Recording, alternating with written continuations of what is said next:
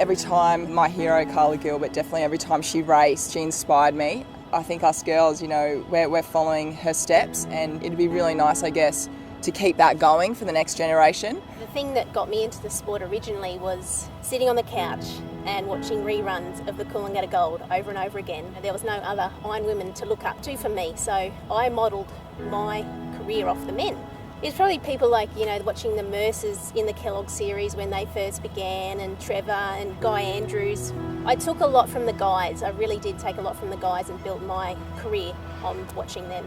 The old man was a coal mine. He said, "This is good money in here, boys, but don't ever want to see you down here. Just the worst place in the world." He said, "I can get you a job here tomorrow." He said, "But you guys have got an opportunity. Please make me proud." That was my motivation, fear of failure. One that's always, imprinted in my mind was when it was the final of the series, and it was 15 feet. I know when I was a kid it looked like 20 or 30 foot. Darren pulled on an absolute monster on his ski on the way in.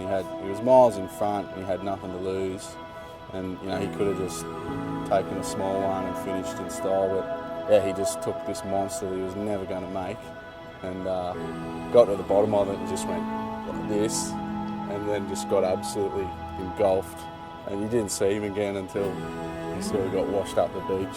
Liz Plumers has done amazingly lately. She's been winning so many races, and she's she's at the top of our sport right now. She's definitely the one to beat. My most unstoppable moment that I remember is Zane Holmes winning the Coolangatta Gold.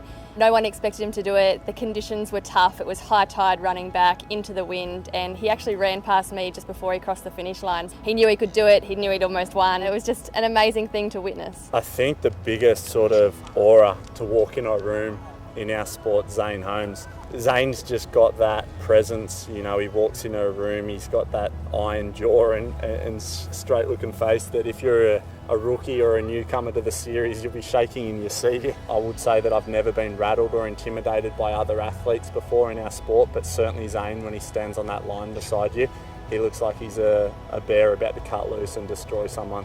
People that don't know Zane just looks like he's so closed off, and he's actually really quiet unless you get to know him.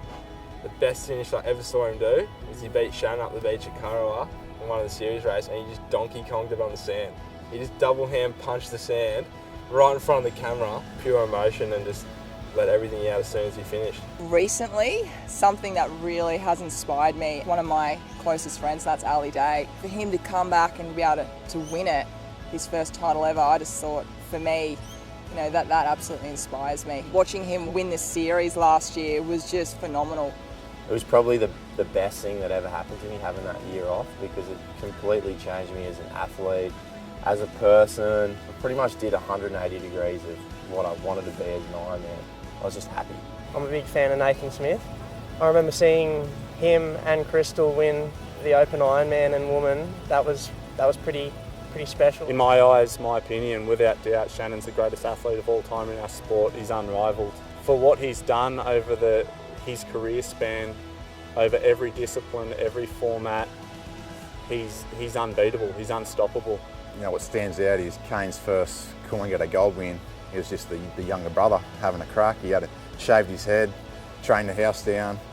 No one expected him to win, and you could just see it in his eyes and in his physique and how much he wanted it, and that sort of carried the next 10 years. It was a pretty sort of special one just because within 30 minutes we both won an Australian title. It was a 19 for me. It was just, I just knew, 2 races in a row and his sons win 2 Ironmans in a row. It's pretty good. The controversial finish with Shannon at Newcastle, it literally felt like time was standing still and we were out in front going hammer and tong the whole race together side by side, and as we came up that final chute it was crazy. I don't know what happened. I always say to myself, one person is going to win this race, may as well be me. Why can't it be me? Why shouldn't it be me? And why shouldn't I give my absolute best for it not to be me? At the end of the day, it's, I guess, the legacy they leave. And Trevor's, he's one of these guys that he'll walk into the room and he's there.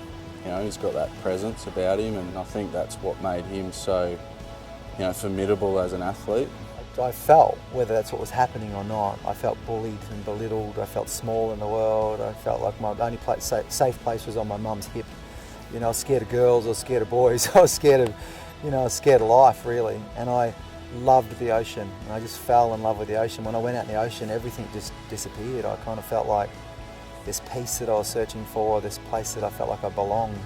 At some point, a switch flipped, and I just wanted to win. And I went from winning nothing to the next race I won after, you know, a pre-season of training. I won that and then started winning more than anybody for a long period of time. For me, you know, that aura just, you know, keeps getting bigger and bigger and bigger when you keep doing little things like winning board rescues at, you know, his age and things like that. So for me, yeah, Trevor's got the biggest aura. I love and respect and idolise Shannon for what he's been able to do. He's a completely different Ironman to the rest of us. There's other, you know, amazing Ironmen that have come before and since, and probably still to come. But in my eyes, Trevor's the greatest.